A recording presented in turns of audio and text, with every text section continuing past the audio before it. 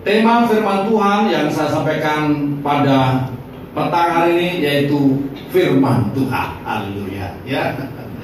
Saya undang jemaat untuk bangkit berdiri. Amsal pasal 13 ayat 13 ya. Sudah ketemu? Yang sudah ketemu katakan haleluya ya. Kita baca bersama-sama 2, 3. Siapa meremehkan firman, ia akan menanggung akibatnya. Tetapi siapa taat kepada perintah akan menerima balasan. Amin. Silakan duduk kembali. Sekasih dalam Tuhan, ya. Nah, setiap kali atau setiap pertemuan kita, firman Tuhan harus disampaikan. Sebab firman Tuhan itu sangat penting buat kita semuanya. Amin.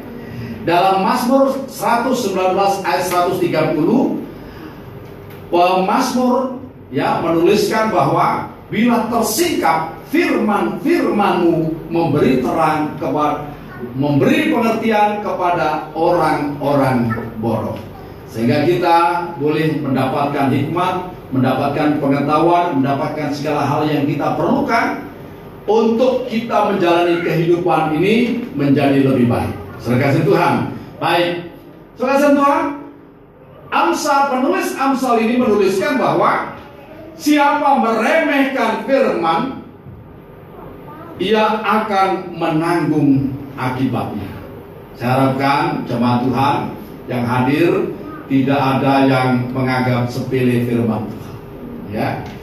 Ya, firman Tuhan itu luar biasa bagi kita semuanya. Ya, saya harapkan yang bagian kedua ini, tetapi siapa, ya. Tetapi siapa taat kepada perintah, bukan hanya mendengarkan, ya, bukan hanya menghargai, tapi sudah lebih, ya, lebih tinggi levelnya, yaitu taat, artinya menuruti, ya, firman akan menerima balasannya. Balasannya apa? Kita akan diberkati dengan janji firman Tuhan itu. Saudara Tuhan, firman Tuhan dalam Alkitab, ya, dalam kitab suci ini, ya, kitab suci adalah firman Tuhan, ya, itu disamakan seperti yang pertama, ya, air kehidupan, ya. Dalam Yohanes pasal yang keempat ayat 13 sampai ayat yang ke-14, Yohanes pasal 4 ayat 13 sampai ayat yang ke-14 saya akan bacakan untuk Bapak dan Saudara. Demikian. Jawab Yesus kepadanya, barang siapa minum air ini, ia akan haus lagi. Ayat 14 kita baca bersama-sama 2, 3. Tetapi barang siapa minum air yang akan kuberikan kepadanya, ia tidak akan haus untuk selama-lamanya. Sebaliknya, air yang akan kuberikan kepadanya akan menjadi mata air di dalam dirinya, yang terus-menerus memancar sampai kepada hidup yang kekal. Firman Tuhan dapat disamakan seperti air kehidupan. Saudara, di dunia ini, ya, kita tahu bumi ini sekian persen lebih daripada 50% terdiri dari air. Ya, kemungkinan ada 70% itu terdiri dari air. Ya, artinya apa? Betapa berharganya, betapa pentingnya air untuk kehidupan kita. Sekasih Tuhan, terutama untuk memuaskan dahaga kita. Saudara, dalam Yohanes pasal yang keempat ini, Tuhan Yesus sedang berbicara dengan seorang perempuan Samaria. Seorang perempuan yang merasa jiwanya, ya, merasa jiwanya seperti seorang yang sedang kehausan, saudara. Makanya dia perlu dihiburkan, perlu kesenangan, ya, ya. Dia mencari dan terus mencari. Karena apa? Dia belum merasa terpuaskan hidupnya. Pada waktu ketemu dengan Tuhan Yesus, dia sudah hidup dengan laki-laki yang keenam. Memang dia sudah menikah 5 kali, dan mungkin sudah capek nikah 5 kali, kawin cerai, saudara. Akhirnya yang ke-6 nggak nikah, saudara. Pokoknya kumpul, ya kumpul aja, istilahnya kan kumpul kebo begitu, saudara. Kasih Tuhan ya. Nah, saudara Tuhan, ya. Kemudian dia ketemu dengan Tuhan Yesus pada waktu siang di sebuah sumur di Samaria, dan ketika itu maka Tuhan akan setelah berbicara, Tuhan akan memberikan air kehidupan. Wah, dia senang sekali. So, kasihan Tuhan, ya.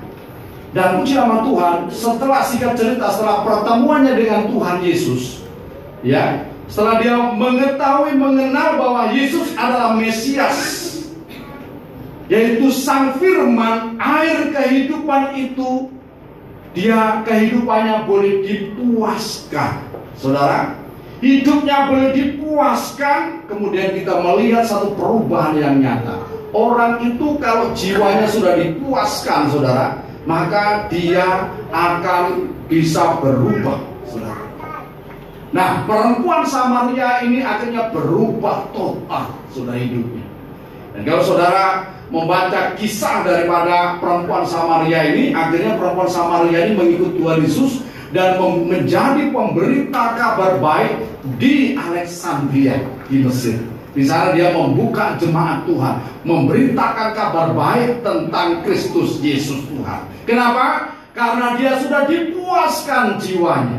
Ada begitu banyak orang di dunia ini yang pergi cari dugem, ya, dunia gembira, pergi ke tempat-tempat yang mungkin dirasa menyenangkan hidupnya. Tapi semakin dia pergi ke tempat itu, saudara, kebanyakan orang semakin haus. Bahkan tidak jarang mereka kecanduan, tidak bisa lepas dari keadaan itu, saudara. Ya. Nah, jalan keluar untuk bisa mengatasi rasa haus jiwanya itu adalah datanglah kepada Yesus, ya, sumber air kehidupan yang akan memberikan air hidup itu, saudara. Bahkan dalam Yohanes pasal yang ke-7 ayat 37, ya, dan sampai ayat 38, Yohanes pasal 7 ayat 37 sampai 38, demikian firman Tuhan. Dan pada hari terakhir, yaitu pada puncak perayaan itu, Yesus berdiri dan berseru, barang siapa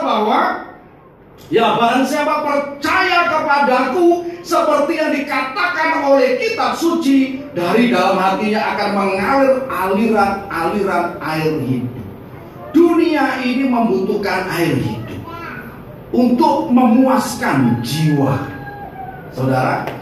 Bangsa-bangsa, setiap orang membutuhkan air hidup untuk memuaskan jiwanya, saudara. Perempuan Samaria setelah ketemu dengan Yesus, dia dipuaskan hidupnya, dipuaskan jiwanya, dan dia berubah 180 derajat. Nah, saudara Tuhan, sekarang ini dunia juga menantikan aliran-aliran air hidup. Dari manakah itu? Firman Tuhan katakan, barang siapa yang, ya, percaya kepadaku, seperti yang dikatakan oleh kitab suci, dari dalam hatinya akan mengalir aliran-aliran air hidup. Pertanyaannya, saudara, dari mana mereka mendapatkan aliran-aliran air hidup? Saya minta tolong dijawab. Dari mana? Dari saudara. Setiap orang yang percaya kepada Tuhan Yesus Kristus, ya, maka dari dalam dirinya akan mengalir aliran-aliran air hidup. Dari dalam hatinya mengalir aliran-aliran air hidup. Yaitu apa? Firman yang membawa kehidupan. Dalam kitab Nabi Yeskiel, ya, ada air yang mengalir dari bawah atau dari ambang pintu bait suci. Dan kemana saja air itu mengalir, dia mengalirkan kehidupan. Demikian pula setiap orang Kristen yang dipenuhi dengan firman Tuhan, bukan hanya dia ini dipuaskan jiwanya dan dia memiliki hidup, tetapi dia juga bisa memberikan hidup kepada banyak orang. Kehadiran kita diperlukan oleh banyak orang kalau kita dipenuhi dengan firman Tuhan. Banyak orang yang kepanasan, banyak orang tidak punya harapan, banyak orang yang bertanya begini begitu. Tapi kalau saudara dipenuhi dengan firman Tuhan, maka saudara akan bisa menjadi jawaban bagi mereka. Saudara, amin. Saudara siap untuk menjadi jawaban bagi dunia? Saudara, penuhi dengan firman Tuhan. Yang kedua, saudara kasih Tuhan, ya, firman Tuhan itu disamakan seperti pelita. Haleluya. Firman Tuhan itu disamakan dengan pelita. Kita buka dalam Mazmur 119 ayat yang ke-105. Mazmur 119 ayat yang ke-105. Demikian bunyi firman Tuhan. Haleluya. Ya. Firman-Mu itu pelita bagi kakiku dan terang bagi jalanku. Saudara saya kasih dalam Tuhan, air kita perlukan. Kemudian yang berikutnya untuk hidup ini bukan hanya air, tapi pelita, yaitu terang. Saudara, terang. Saudara, firman Tuhan ini adalah pelita bagi kaki kita, terang bagi jalan kita, dan pelita bagi kakiku dan terang bagi jalanku. Saudara kasih Tuhan. Ya. Nah, kita semuanya tahu fungsi pelita. Kalau kita hari ini bisa berhimpun di sini dengan nyaman. Kenapa? Karena ada lampu yang menerangi. Coba saja lampunya ini dimatikan 5 menit saja, saudara. Apa yang terjadi? Saudara pasti tidak kerasa. Ya, tidak nyaman di sini. Kita perlu lampu di tengah kegelapan. Ya, di tengah kegelapan yang paling diperlukan, yang paling dibutuhkan adalah terang. Dunia ini gelap. Artinya apa, saudara? Ya, dunia ini tidak dapat membedakan mana yang benar dan mana yang salah. Ya, mana yang baik dan mana yang tidak. Saudara Tuhan, dunia ini membutuhkan terang, dan firman Tuhan ini adalah terang bagi dunia. Saudara, ya, dalam Yohanes pasal yang ke-8, ayat yang ke-12, Tuhan Yesus berkata demikian. Maka Yesus berkata pula kepada orang banyak, katanya, "Akulah terang dunia. Barang siapa mengikut aku, ia tidak akan berjalan dalam kegelapan, melainkan ia akan mempunyai terang hidup." Saudara, Yesus Sang Firman itu adalah terang dunia. Ya. Dan Tuhan Yesus juga berkata dalam ayat yang pasal 9 ayat yang kelima, Yohanes pasal 9 ayat yang kelima, kalau ditayangkan, Yohanes pasal 9 ayat yang kelima, "Selama aku di dunia, akulah terang dunia." Perhatikan baik-baik. Selama aku di dunia, akulah terang dunia. Tetapi sekarang ini, sejak 2000 tahun yang lalu, atau tepatnya kurang lebih tahun 33 Masehi, setelah kebangkitan dari antara mati, maka Yesus naik ke surga, dan Yesus itu harus tinggal di surga sampai pemulihan segala sesuatu, sebagaimana tertulis dalam Kisah Para Rasul pasal yang ketiga 21 itu, Dan yang ada di dunia sekarang yang menjadi terang dunia itu adalah gereja Tuhan. Siapakah gereja Tuhan? Saya dan saudara. Yesus berkata, "Selama aku di dunia, akulah terang dunia." Tapi setelah Yesus naik ke surga, firman terkatakan, "Kamulah terang dunia." Saudara, orang Kristen sudah tidak waktunya lagi mencari terang. Karena apa? Sesungguhnya saya dan saudara adalah terang dunia. Coba kita baca. Saya minta semuanya baca Matius pasal yang ke-5 ayat yang ke-14. Matius pasal 5 ayat yang ke-14. Kita akan membacanya bersama-sama. Ya. Saya ketemu? Baik. 2, 3.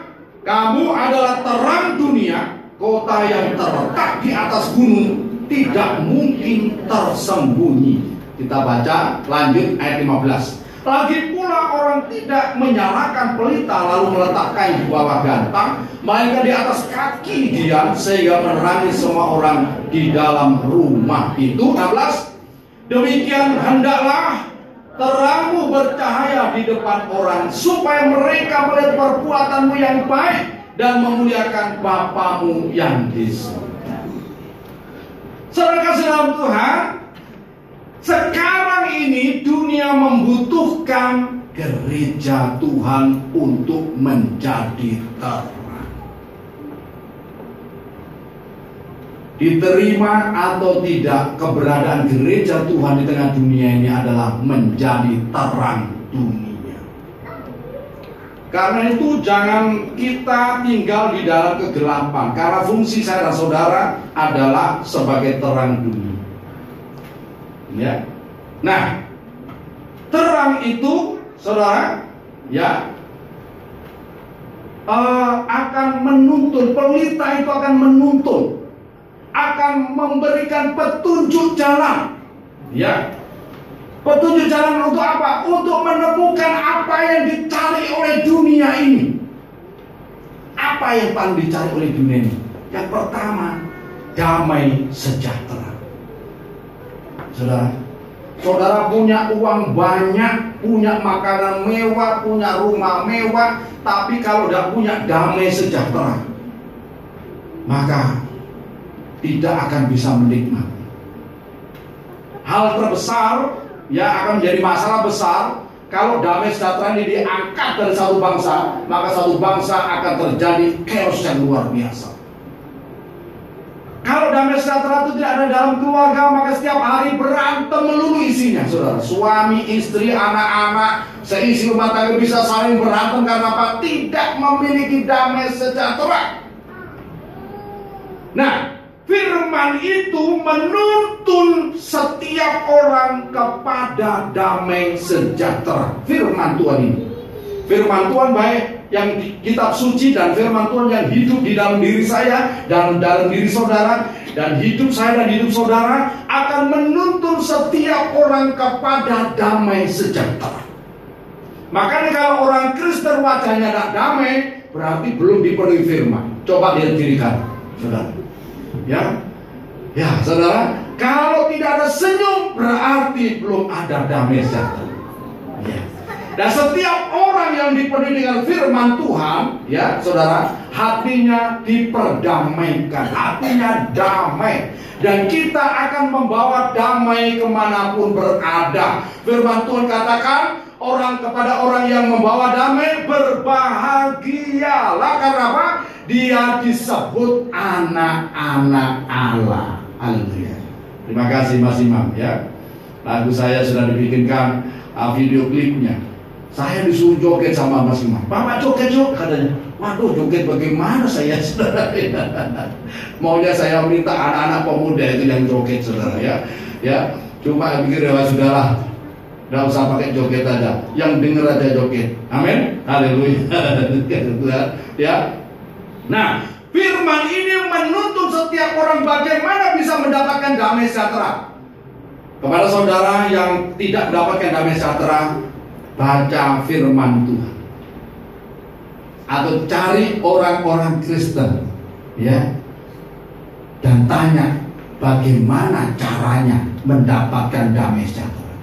Tapi anehnya ada orang-orang Kristen yang tidak hidup dalam damai sejahtera. Cari siapa, saudara? Ya, cari pendeta. Tapi kadang-kadang ada pendeta juga yang tidak hidup dalam damai sejahtera. Pendeta itu dari siapa, saudara? Nah, kembali lagi firman Tuhan. Kalau kita ini sudah diperdamaikan dengan Tuhan dan kita hidup sesuai dengan firman Tuhan, tidak hidup dalam dosa, maka kita akan dipenuhi dengan damai sejahtera. Itu harta yang tak ternilai harganya.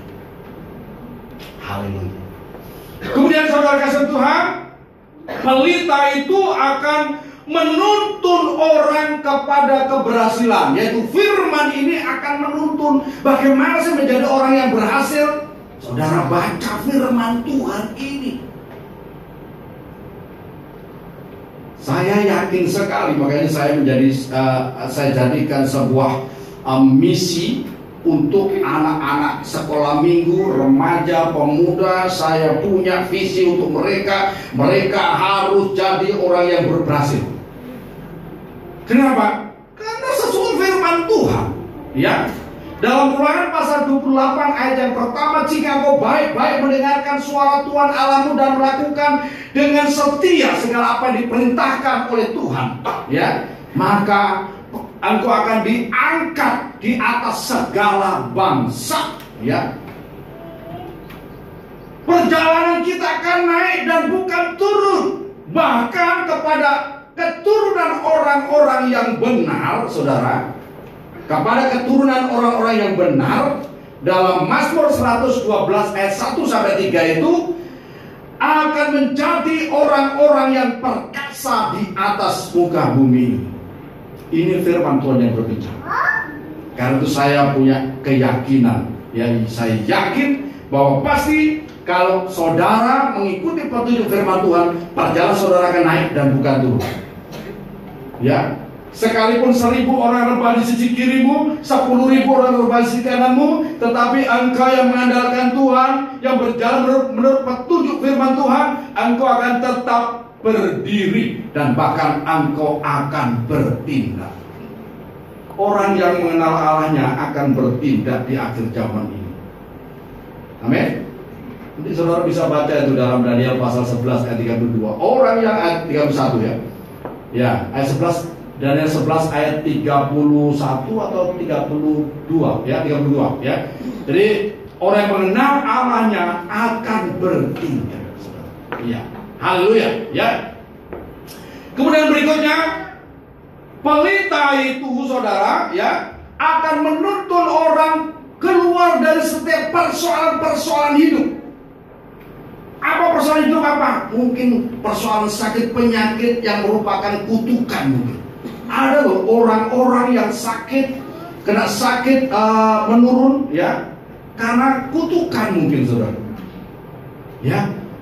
Bagaimana bisa keluar dari keadaan seperti itu? Bahkan ada orang-orang kena kutukan, kutukan kemiskinan. Ya. Ya, kutuk kemiskinan. Kalau ada orang kena kutuk kemiskinan, biasanya kakeknya ini miskin, ya, kemudian turun ke bapaknya, orang tuanya juga lebih miskin, turun ke dia, ya, apa di bawahnya lebih miskin, ya, ya, itu bahasa rohnya itu kiri. Saudara Tuhan ya. Nah, saudara Tuhan ini mungkin kutukan, saudara. Nah, bagaimana kita bisa keluar dari keadaan seperti itu? Saudara bisa mencari jalan keluar dari firman Tuhan ini. Firman Tuhan ini memberikan petunjuk kepada setiap orang bagaimana bisa keluar dari setiap masalah kehidupan saudara. Saudara yang penuh firman akan juga bisa menjadi jawaban bagi banyak orang yang hari ini menghadapi kesulitan, menghadapi kutukan seperti ini, saudara. Ya, haleluya, saudara Tuhan. Ya. Nah, kemudian firman juga yang adalah pelita akan menuntun, memberikan petunjuk kepada setiap orang bagaimana memperoleh keselamatan yang pasti. Dan puji nama Tuhan, Kitab suci memberikan petunjuk kepada setiap kita tentang jalan keselamatan yang pasti. Dan kita memiliki janji-janji yang pasti di dalam Tuhan Yesus Kristus. Amin. Iya. Sebab Yesus berkata, akulah jalan kebenaran dan hidup. Tidak seorang pun sampai kepada Bapa kalau tidak melalui aku. Bagaimana caranya kita bisa masuk pada jalan itu? Ya. Dan kita bisa selamat sampai kepada hidup yang kekal, saudara. Firman Tuhan ini memberikan petunjuk-petunjuknya jelas. Tidak ada kata mudah-mudahan untuk selamat, tetapi pasti saudara yang percaya kepada Tuhan Yesus, saudara berpindah dari dalam maut ke dalam hidup yang kekal. Itu kebenaran firman Tuhan. Dalam Yohanes pasal yang kelima ayat yang ke-24 itu, saudara. Ya. Nah, kehadiran kita sebagai umat Tuhan harusnya sekali lagi bisa menjadi jawaban bagi orang yang sekarang ini sedang mencari jalan untuk keluar dari masalah-masalah yang mereka hadapi, menjadi jalan bagi mereka yang sedang mencari jalan keselamatan. Harus bisa ya menjadi jawaban bagi mereka. Tapi kalau tidak, tuntun setiap orang kepada firman Tuhan. Makanya jangan takut membaca firman Tuhan. Ya, haleluya. Ya, jangan takut membaca firman Tuhan. Dan setiap orang Kristen, bukan jangan takut, jangan malas membaca firman Tuhan. Amin. Ya, saya ini biar dibilang pendeta kolot, saudara, kenapa? Ya, silakan saudara download Alkitab di smartphone saudara. Tetapi kalau di gereja, ke gereja saya minta jangan pakai HP suci. Ya. Saya minta semuanya tetap bawa Alkitab manual. Amin. Pak, tidak praktis, bukan zamannya. Siapa bilang? Ya, tetap zamannya. Sebab nanti kalau saudara buka HP, saudara tidak terbiasa membuka Alkitab. Nanti saudara, mari kita buka di kitab Nabi Habakuk. Wah, dicari di kitab perjanjian baru, tidak akan ketemu saudara. Sampai ayam tumbuh gigi pun juga tidak akan ketemu. Amin. Iya, haleluya. Kalau ayam tumbuh gigi, bagaimana cara sikat gigi saudara? Ya, nah. So, kasih Tuhan yang berikutnya, yang ketiga, firman Tuhan disamakan seperti ketopong keselamatan dan padang roh, saudara. Firman Tuhan disamakan dengan ketopong keselamatan dan padang roh, saudara. Kita lihat dalam Efesus pasal yang ke-6 ayat 17. Haleluya, saudara. Efesus pasal yang ke-6 ayat yang ke-17. Iya. Demikian firman Tuhan saya akan bacakan. Dan terimalah ketopong keselamatan dan pedang roh, yaitu firman Tuhan. Saudara, nah, setiap orang Kristen harus dipenuhi dengan firman Tuhan supaya apa? Supaya mampu menghadapi peperangan rohani. Musuh kita bukan darah dan daging, bukan tetangga kita, bukan teman kita, bukan orang yang mengolok-olok kita, tapi musuh kita adalah roh-roh jahat di udara. Ya, ada stratanya, saudara, ya. Ada penguasa-penguasa, ada pemerintah, ya. Ada yang terakhir itu roh-roh jahat di udara, setan-setan. Orang Kristen itu yang dilawan itu setan-setan, bukan tetangga saudara. Amin. Ya. Nah, kasih Tuhan, bagaimana kita bisa melawan musuh yang tidak kelihatan itu? Saudara tidak bisa pakai ketepil, amin. Nggak bisa setan saudara ketepil, apa dilempari pakai batu, potok-potok. Setannya malah guyonan, tidak kena, ngejek saudara, amin. Lu setan dilempar pakai batu. Atau Pak, kurang besar tuh tak lempar sampai pagi ya, sadar pagi ya, tidak bisa juga saudara. Ya. Nah, saudara sentuh, setan hanya bisa dikalahkan dengan darah Yesus dan dengan kesaksian kita, dengan firman Tuhan. Ya, setan dikalahkan dengan firman Tuhan. Coba kita lihat saudara, ya. Kita lihat iblis, kita semuanya sudah tahu iblis atau setan adalah musuh dari kebenaran. Dan dia adalah ahli tipu daya. Kalau dikatakan dia adalah ahli tipu daya, tidak ada duanya. Kalau dia berbohong, seolah-olah dia sedang mengatakan kebenaran, saudara. Nah, perhatikan, setiap orang percaya, setiap orang Kristen harus mengenal betul firman Tuhan. Kalau tidak mengenal betul firman Tuhan, maka saudara akan bisa jadi sasaran empuk makanan daripada si iblis. Kenapa? Iblis itu mengenal betul firman Tuhan, tetapi dia tidak hidup dalam kebenaran. Bahkan yang dia lakukan adalah memutar balik kebenaran firman Tuhan untuk menyesatkan setiap orang. Saudara, tujuannya untuk menyesatkan setiap orang supaya orang itu binasa. Hanya itu. Yohanes pasal yang ke-10 ayat 10 ya, pencuri yaitu iblis datang hanya untuk mencuri, membunuh dan membinasakan.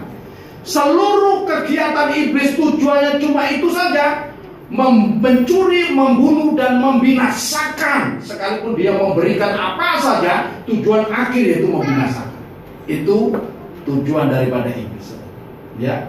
Coba perhatikan dalam Kejadian pasal yang ketiga yang pertama. Kejadian pasal yang ketiga yang pertama, ya. Saya akan bacakan. Adapun ular ialah yang paling cerdik dari segala binatang di darat yang dijadikan oleh Tuhan Allah. Ular itu berkata kepada perempuan itu, tentulah Allah berfirman, semua pohon dalam taman ini jangan kamu makan buahnya, bukan? Perhatikan baik-baik. Ya. Dari zaman Adam, ya, kemudian turun ke Adam Malik, ya, turun lagi ke Adam siapa? Adam Suseno, ya. Turun lagi ke Adam siapa? Sampai kapanpun, ya, iblis itu berusaha untuk menyesatkan orang dengan memutar balik firman Tuhan, mengatakan firman Tuhan ini palsu. Ya, firman Tuhan ini palsu. Saudara kasih Tuhan, supaya apa? Supaya dia punya kesempatan untuk membinasakan setiap orang. Firman Tuhan jelas berkata bahwa setiap pohon yang ada di dalam Taman Eden ini boleh kamu makan buahnya sebebas-bebasnya. Itulah kasih Tuhan. Kita mengenal Tuhan kita itu Tuhan yang pemurah, ya. Tidak usah beli, makan sepuas-puasnya, ya, sampai kenyang. Saudara, tidak ditarik bayaran apapun. Hanya pohon yang ada di tengah-tengah taman itu jangan kamu makan buahnya. Hanya itu saja. Ya, sebab pada waktu kamu makan buahnya, kamu akan mati. Saudara. Tetapi apa yang terjadi? Ketika manusia sudah berapa lama di Taman Eden itu, saudara? Berapa lama di Taman Eden itu? Tiba-tiba setan muncul dalam wujud ular dan berkata kepada Hawa. Hawa ini tidak mendapat, ya, tidak mendengar langsung firman Tuhan itu dari Tuhan. Yang mendengar langsung itu adalah Adam, saudara. Ya. Menggunakan kesempatan, setan itu licik, menggunakan kesempatan sekecil apapun untuk bisa menjatuhkan manusia, saudara. Dan dia memutar balik, ya, memutar balik firman Tuhan. Dia katakan, bukankah Allah berfirman? Perhatikan baik-baik. Semua pohon yang ada di taman ini buahnya jangan kamu makan, bukan? Ya. Hanya pohon pengetahuan yang baik dan jahat ini aja boleh kamu makan. Yang lain jangan kamu makan. Hati-hati. Orang tidak mengenal firman dengan benar bingung. Memang tujuan setan itu menimbulkan keraguan-raguan, ya. Setan akan berupaya bagaimana menciptakan keraguan-raguan, dan ketika orang itu ragu-ragu, maka orang itu akan bisa disesatkan, digulung, saudara. Kasih Tuhan, ya, ya. Kemudian setan juga menanamkan faham yang salah, yang seperti yang saya sudah katakan tadi, ya. Menanamkan faham yang salah tentang Tuhan. Oh, Tuhan itu tidak baik. Ya. Tuhan itu begini. Ya. Tuhan itu berkata hanya pohon ini aja yang boleh kamu makan buahnya. Seperti itu. Dia berupaya untuk menanamkan itu. Padahal yang benar adalah Tuhan itu baik untuk saya dan saudara. Tuhan itu pemurah luar biasa untuk saya dan saudara. Kasihan Tuhan, ya, perhatikan baik-baik. Setan juga mempergunakan, ya, firman ini untuk menjatuhkan manusia ke dalam kekuasaannya. Tadi setan berupaya untuk memutar balik firman Tuhan, menimbulkan keraguan-raguan, ya toh. Kemudian memberikan prasangka, menanamkan prasangka yang buruk tentang Tuhan. Tapi yang berikutnya, ini yang kita harus waspadai, setan juga memakai firman Tuhan untuk menjatuhkan manusia di bawah kekuasaannya. Bagaimana caranya? Saudara, kita lihat dalam Matius pasal yang keempat, ya. Matius pasal yang keempat, ketika Tuhan Yesus dicobai oleh setan, ya. Matius pasal yang keempat, ya, saya akan bacakan beberapa ayat saja. Maka Yesus dibawa oleh Roh kepada gurun untuk dicobai iblis, dan setelah berpuasa 40 hari dan 40 malam, akhirnya laparlah Yesus. Lalu datanglah si pencoba itu dan berkata kepadanya, jika engkau anak Allah, perintahkanlah supaya batu-batu ini menjadi roti. Saudara perhatikan, ya. Nah, kenapa Yesus tidak mau melakukan? Apakah Yesus tidak bisa mengubah batu menjadi roti?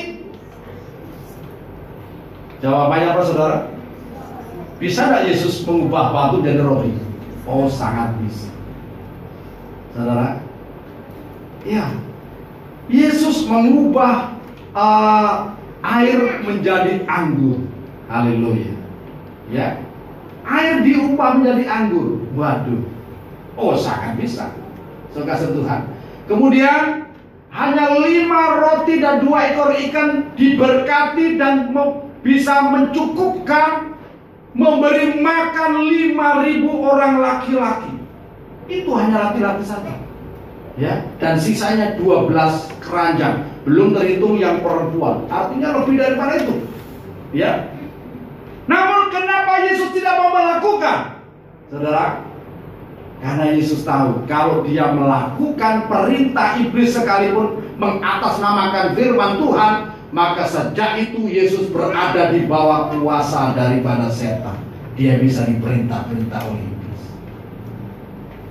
Puji Tuhan, kita punya Tuhan yang telah menang atas segala pencobaan, yang telah menang atas iblis dan segala kuasa maut. Saudara sentuh, ya, ya. Ketika setan juga berkata, iblis berkata, kalau engkau anak Allah, jatuhkan dirimu dari atas bumbungan bait Allah. Apakah Yesus tidak bisa berlaku seperti Superman begitu? Langsung turun dari atas bumbungan bait Allah sekitar 30 meter, saudara. Cudus. Wah, tepuk tangan. Wih, luar biasa. Zaman itu belum ada film Superman. Saya pikir Yesus lebih dahulu tenar. Amin. Iya, dia akan populer. Dan semua orang Yahudi pasti akan langsung menyembah. Wah, ini Tuhan yang benar. Tetapi ingat, ketika Yesus melakukan atraksi akrobat seperti itu, saudara, maka yang menang adalah setan. Semua orang tepuk tangan untuk Yesus, tetapi di balik Yesus itu setan yang nyuruh, saudara. Ya, maka Yesus tidak melakukan. Ada berapa banyak orang yang melakukan firman Tuhan, tetapi bukan menuruti firman Tuhan. Seperti menuruti firman Tuhan, tetapi sebenarnya dia menuruti keinginan dagingnya atau keinginan iblis, saudara. Nah, maka Tuhan tidak berkenan, saudara. Maka untuk melawan iblis, Yesus berkata, ya, iblis dikalahkan dengan firman Tuhan. Jadi firman Tuhan itu bukan sebagai ketopong untuk melindungi kepala kita, tetapi juga firman Tuhan itu adalah badan roh untuk melawan iblis. Ya, dan katakan manusia hidup bukan dari roti saja. Amin. Ya. Terus kemudian Yesus berkata, ketika setan atau iblis mencoba Yesus, jatuhkan dirimu dari bumbungan bait Allah. Yesus berkata, jangan engkau mencobai Tuhan Allahmu. Secara tidak langsung kita dapat mengenal siapakah Yesus itu. Ya, Yesus menyatakan diri, ya, jangan engkau mencobai Tuhan Allahmu, saudara. Kemudian pencobaan yang ketiga, ya, yang diberikan oleh iblis, kalau engkau anak Allah, bukan begitu. Yesus dibawa ke gunung yang paling tinggi, dan setan berkata, kalau engkau mau sujud saja sekali, itu memang intinya. Sekali saja, tidak banyak-banyak, sekali saja seumur hidup Yesus nyembah setan, maka seluruh dunia, seluruh kerajaan dunia akan diberikan kepada Yesus. Saudara, apa yang dikatakan oleh Yesus? Ya, ya, coba kita lihat dalam Matius pasal 4 tadi, ya. Ya, ayat yang ke-10. Maka berkatalah Yesus kepadanya, anyalah iblis, sebab Ada tertulis, engkau harus menyembah Tuhan Allahmu dan hanya kepada Dia sajalah engkau berbakti. Harusnya iblis menyembah Yesus, tetapi iblis minta disembah oleh Yesus. Sudah, ya. Nah, saudara kasih Tuhan, ada begitu banyak orang Kristen yang ketika menghadapi situasi yang sulit, ya, berdoa dan dijawab oleh Tuhan, ya. Bahkan mungkin dia berpikir, siapa saja yang bisa menolong saya, tak sembah. Kalau aku sekali saja menyembah terus bisa selesai masalahku, aku tak lakukan. Amin. Hati-hati saudara kasih dalam Tuhan, ya. Ya. Iblis hanya minta sekali saja disembah, kemudian masalah selesai, semua diberikan. Saudara, nah, tetapi Yesus tidak melakukan itu. Nah, saudara Tuhan, untuk mengalahkan iblis harus kita lawan dengan firman Tuhan. Karena itu kita harus memiliki pengetahuan firman Tuhan yang mumpuni. Karena itu baca firman Tuhan, dengar firman Tuhan. Setiap orang Kristen harus membaca firman Tuhan. Jangan firman Tuhan itu, ya, disimpan terus sampai jamuran. Amin. Ya, tak ada gunanya. Tapi ketika saudara baca firman Tuhan, maka ketika firman itu tersingkap, firman itu akan memberikan pengertian dan memberikan terang kepada kita, orang-orang yang tidak berpengertian. Saudara Tuhan, yang terakhir. Nah, hari ini saya tidak khotbah panjang, pada soal panjang, saudara. Ya, ya. Firman Tuhan itu disamakan seperti benih. Saudara. Dalam Matius pasal 13 ayat 1 sampai 9, ya. Nah, nanti saudara bisa baca Matius pasal 13 ayat 1 sampai 9. Tuhan Yesus memberikan satu perumpamaan, ya. Saya baca pada ayat yang pertama. Pada hari itu keluarlah Yesus dari rumah itu dan duduk di tepi danau, maka datanglah orang banyak berbondong-bondong. Ayat 3 ya. Ya. Oh ya, ayat 1 ya. Oke, berbondong-bondong lalu mengerumuni dia sehingga ia naik ke perahu dan duduk di situ, sedangkan orang banyak semuanya berdiri di pantai. Dan ia mengucapkan banyak hal dalam perumpamaan kepada mereka, katanya adalah seorang penabur keluar untuk menabur. Perhatikan. Firman Tuhan disamakan seperti benih yang ditaburkan. Saudara kasih dalam Tuhan, ya. Nah, perhatikan, ya. Benih yang jatuh di tanah yang baik menghasilkan, ya, buah yang luar biasa. Saya akan bacakan, ya. Ayat yang ke-8, dan sebagian jatuh ke tanah yang baik lalu berbuah, ada yang 100 kali lipat, ada yang 60 kali lipat, ada yang 30 kali lipat. Saudara. Nah, rupanya benih penabur ini menaburkan benih dan jatuh ke 4 jenis tanah atau ke 4 lokasi, ya. Yang pertama, saudara, jatuh di pinggir jalan, ya. Kemudian yang kedua, jatuh di tanah-tanah yang berbatu, ya. Yang ketiga, jatuh di tanah yang baik sebenarnya, tapi ditumbuhi dengan semak duri.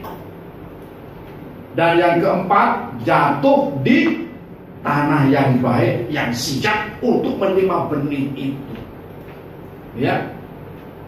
Nah, pada lokasi yang pertama, ketika firman itu jatuh, dia tidak pernah tumbuh. Karena apa? Langsung burung-burung di udara datang dan mencocol, ya, ya, benih-benih itu, dan tidak pernah benih itu bisa tumbuh. Karena apa? Dimakan sama burung-burung di udara. Firman Tuhan harus didengarkan kepada semua orang, ya. Nah, ada orang-orang yang situasinya seperti ini, seperti tanah di pinggir jalan, saudara. Tidak peduli dengan perkara-perkara rohani. Orang yang pinggir jalan itu artinya orang duniawi yang tidak peduli dengan perkara-perkara rohani, biarpun dengar firman Tuhan sampai pendeta khotbah, sampai berpusat, ya, saudara. tidak akan berimbas apapun, tidak akan mengubah apapun. Karena apa? Firman itu tidak dihargai, saudara. Kemudian ada juga yang jatuh di tanah yang berbatu. Ini berbicara mungkin saja kepada orang yang memberikan perhatian.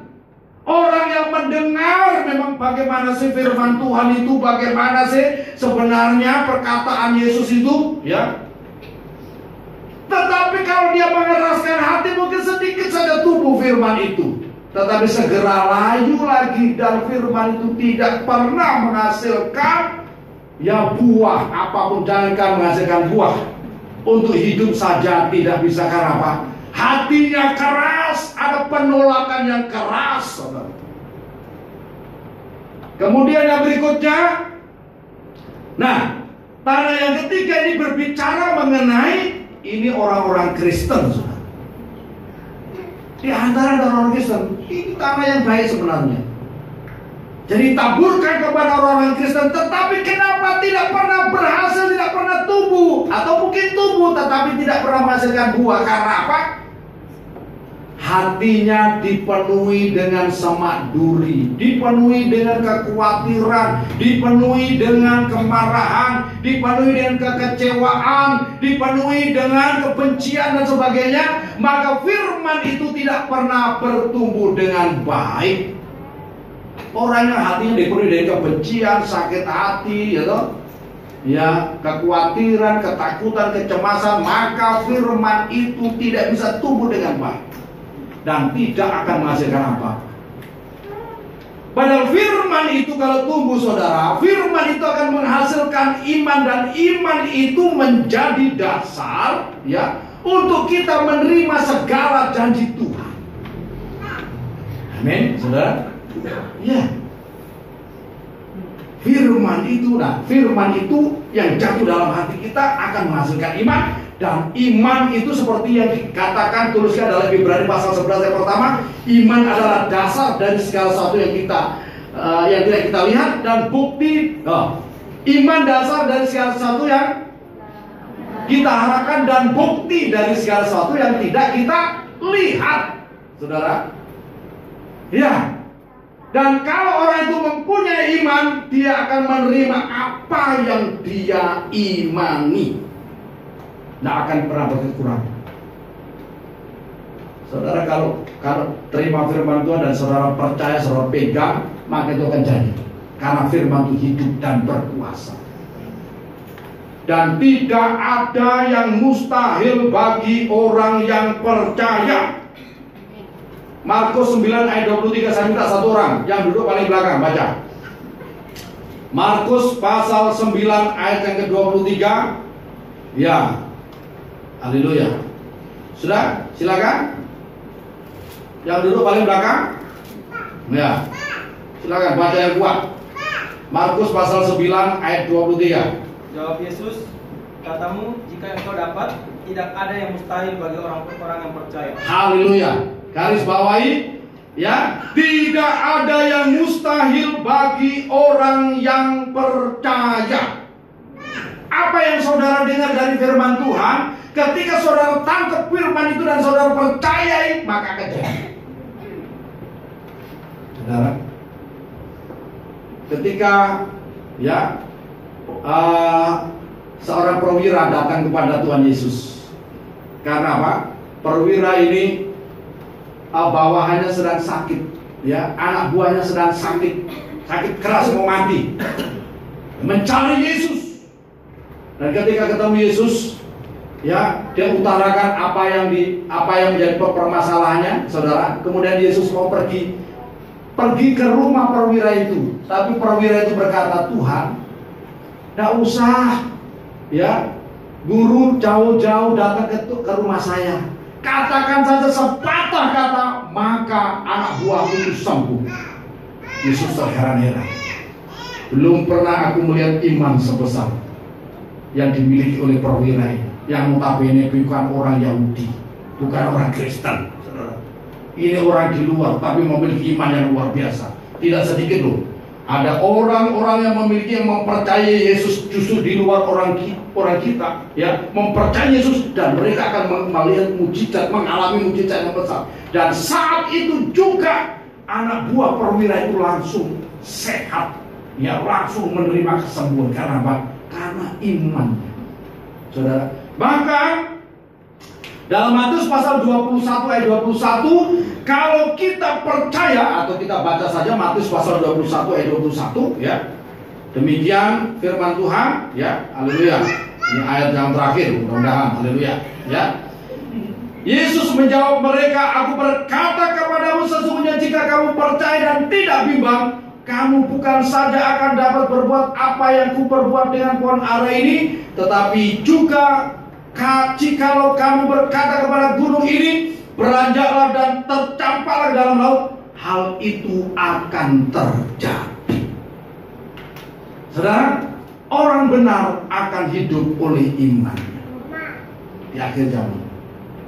Ketika saudara memiliki iman, ya, ketika saudara tidak tergoyahkan iman saudara, maka saudara akan menerima apa yang saudara imani.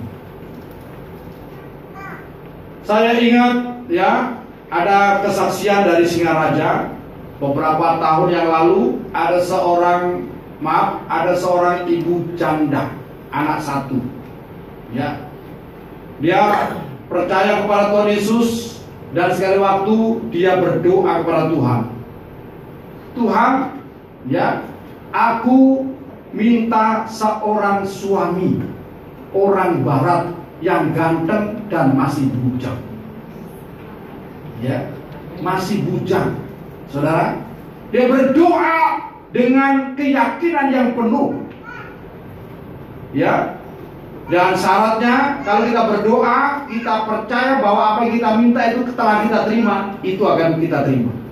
Akhirnya apa, saudara? Sekali waktu ada orang Swiss, ya, Switzerland, datang ke Bali. Ya, seorang anak muda datang ke Bali.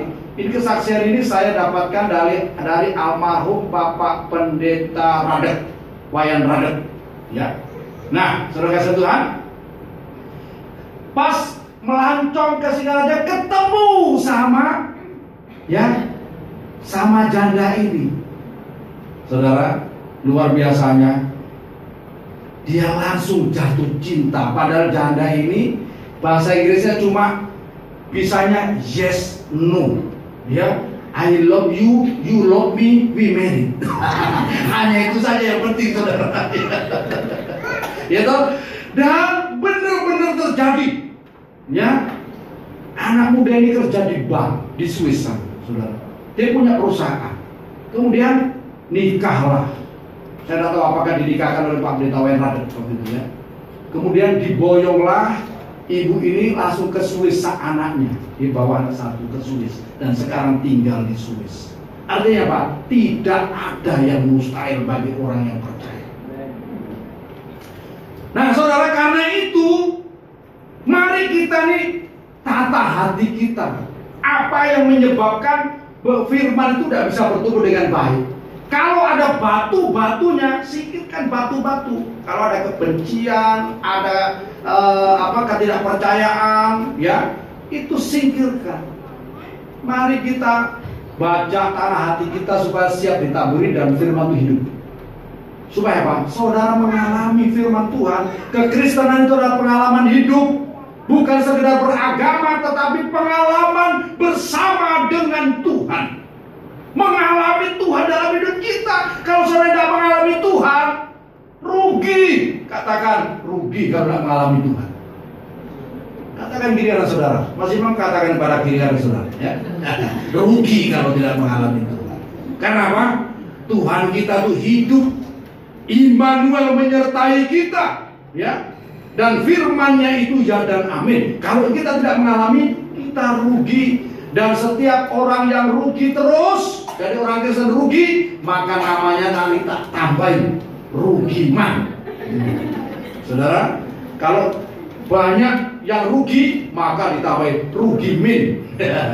Min kan lebih banyak, saudara. Haleluya, saudara. Nah, firman, ya, yang kita dengar hari ini firman dikatakan dalam Amsal pasal 13 ayat 13 tadi, tolong tayakan Amsal pasal 13 ayat 13 ya.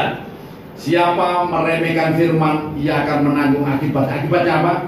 Kita tidak menerima apa-apa, tidak menerima mujizat, hidup indah saja jadi berkat. Tapi kalau kita ini taat kepada perintah, hidup ini menjadi berkat. Saudara diberkati Tuhan, amin. Saudara diberkati Tuhan dan hidup kita menjadi berkat.